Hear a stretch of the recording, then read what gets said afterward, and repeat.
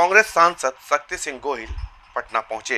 शक्ति सिंह गोहिल अपनी कोर्ट के पेशी को लेकर पटना पहुंचे थे। महंगाई के विरोध में कोविड काल में पटना में प्रदर्शन करने के विरोध में दर्ज हुआ था मामला। प्रशांत किशोर के बयान को लेकर के फिर जा सकती है, यहाँ जाओ फिर से।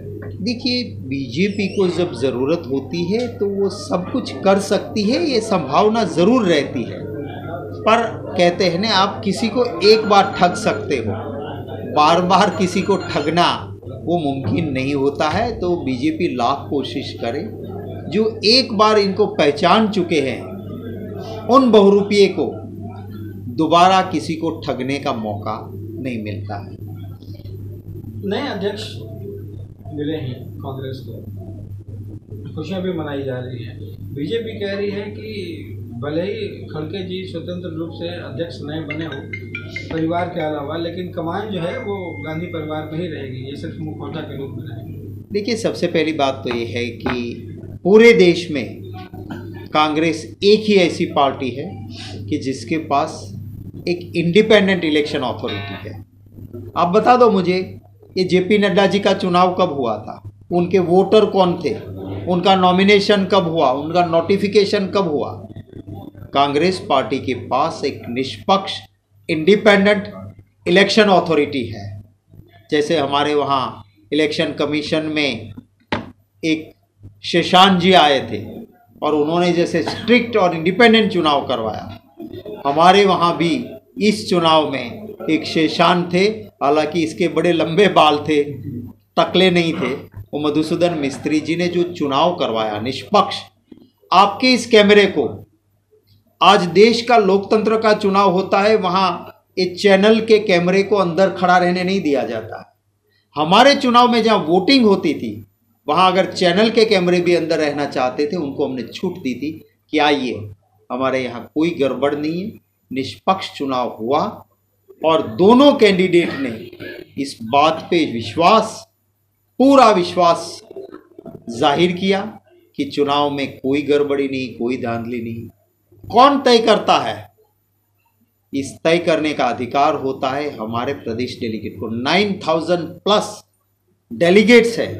उन्होंने एक ऐसे इंसान जिन्होंने राजनीति में 50 साल दिए, एक ऐसे दलित नेता जिसके बचपन में एक हादसा होता है, घर जल जाता है, पूरा परिवार उस हादसे में वो गंवा देते हैं, सिर्फ बाप बेटा दो ही बचते हैं, सारा सर्वनाश हो गया था। वहाँ से वो संघर्ष करते हैं। ब्लॉक कांग्रेस के प्रेसिडेंट से लेके आज नेशनल कांग्रेस के प्रेसिडेंट मल्लिकार्जुन खड़गे जी बने हैं। 9 चुनाव जीते हैं, वर्षों तक विधायक, मंत्री, लोकसभा में जीते, मंत्री बने, leader of opposition Lok Sabha, Rajya Sabha leader of opposition. इतने सुलझे हुए इंसान आज कांग्रेस के राष्ट्रीय अध्यक्ष बने हैं। बीजेपी को क्या अधिकार है जहां लोकतंत्र ही नहीं है? यहाँ तो हरेन पंड्या जी के पिता हमारे गुजरात के में कहते थे, हरेन पंड्या आरएसएस के बड़े नेता, ब्राह्मण नेता, एक सक्षम मिनिस्टर, रेवेन्यू मिनिस्टर। हरेन पंड्या के पिताजी कहते थे कि इसका पॉलिटिकल मर्डर तो मोदी ने करवाया, पर फिजिकल मर्डर भी इन्होंने करवाया। तो ये ऐसे शीशे के घर में रहने वाली भाजपा को कांग्रेस की ओर कंकर फेंकने का कोई अधिकार नहीं। कोर्ट में भी गए, क्या हुआ सर? जनता के इश्यू को उठाना होता है और हमने महंगाई, पेट्रोल डीजल के दाम, लोगों को रोज़गार नहीं मिल रहा था और सरकार बिल्कुल, मोदी सरकार बड़ी बड़ी बातें करने के बाद जब जनता की आवाज़ को अनदेखी कर रही थी, तो एक जिम्मेवार विरोधी दल के नाते सदाकत आश्रम से आप सब इसके गवाह हो, हमने आवाज़ उठाई आवाम के इश्यूज़ को लेके। हमारे लोगों पे लाठीचार्ज हुआ, टीयर गैस चली, पानी की बौछारें चली। कुछ कांग्रेस परिवार के हमारे कार्यकर्ताओं के हाथ पांव में फ्रैक्चर भी हुए। उस वक्त हमारे एक सीनियर विधायक रामदेव बाबू थे, उनको भी काफ़ी चोटें आई थी। और उस वक्त हमने खुद एक कंप्लेंट दी थी पर काउंटर ब्लास्ट हुआ हमारी एफआईआर लेने की बजाय सामने से, क्योंकि उस वक्त पे भाजपा यहाँ हिस्सेदार थी और भाजपा लोकतंत्र में विश्वास नहीं रखती है, वरना विरोधी दल को लोकतंत्र में प्रदर्शन करना, धरना देना, आवाज़ उठाना, ये तो हमारा अधिकार होता है। पर इसमें कांग्रेस पार्टी के नेताओं के खिलाफ, मेरे समेत सभी के खिलाफ यहाँ पे एक केस दर्ज हुआ था। उस केस में हमें एंटीसिपेटरी बेल हमारे ग्रांट हो गए थे, पर यहाँ का कुछ प्रोसीजर ऐसा है कि एंटीसिपेटरी बेल ग्रांट होने के बाद भी कोर्ट में एक बार पर्सनली आना होता है, सरेंडर का प्रोसीजर जिसे कहते हैं वो करना होता है।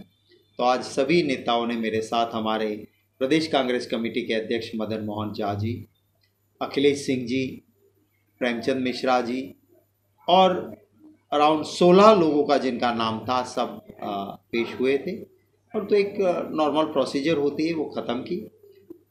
बिहार में एक लंबे अरसे तक कांग्रेस की प्रभारी के नाते की जिम्मेवारी थी, तो यहाँ के कांग्रेस के परिवार के लोगों के साथ और जैसे आप मीडिया के साथ सभी के साथ एक मेरा एक रिलेशन, एक नाता, एक रिश्ता बन गया है। तो जब आ रहा था कोर्ट में तो मैंने सोचा कि मैं सदाकत आश्रम में भी जाऊं ताकि कांग्रेस परिवार के साथियों को मिल सकूं। इसी नाते आज यहाँ पे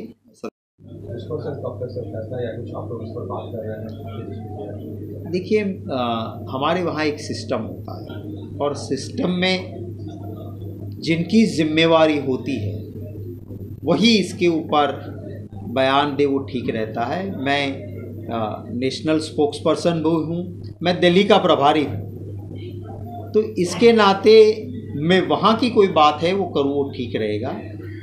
बिहार की बात बिहार के प्रभारी जी इसके ऊपर कमेंट करें वो ज़्यादा ठीक होगा। Thank you. प्रशांत किशोर कोई राजनीतिक व्यक्ति नहीं है, सभी के साथ काम किए हैं, उनके बयान पर मैं कोई प्रतिक्रिया नहीं दूंगा। नीतीश कुमार ने खुद बीजेपी को लेकर अपनी सभी बातों को जनता के बीच रख दिया है। बीजेपी की आदत है, जब जरूरत होती है तो साथ काम पर जाते हैं, मगर जरूरत खत्म होते ही गला दबा देते हैं। बीजेपी के सबसे पुराने सहयोगी दल शिवसेना और अकाली दल हैं, मगर बीजेपी ने उनके साथ क्या किया यह देश देख रहा है। बीजेपी ने नीतीश कुमार को बार बार ठगने का काम किया है। बीजेपी कांग्रेस के राष्ट्रीय अध्यक्ष चुनाव पर सवाल उठा रही है। बीजेपी बताएं कि बीजेपी के राष्ट्रीय अध्यक्ष का चुनाव कब और कैसे हुआ। कांग्रेस में जो राष्ट्रीय अध्यक्ष का चुनाव हुआ वह निष्पक्ष चुनाव हुआ है। सिटी पोस्ट लाइव के लिए पटना से मनीष की रिपोर्ट।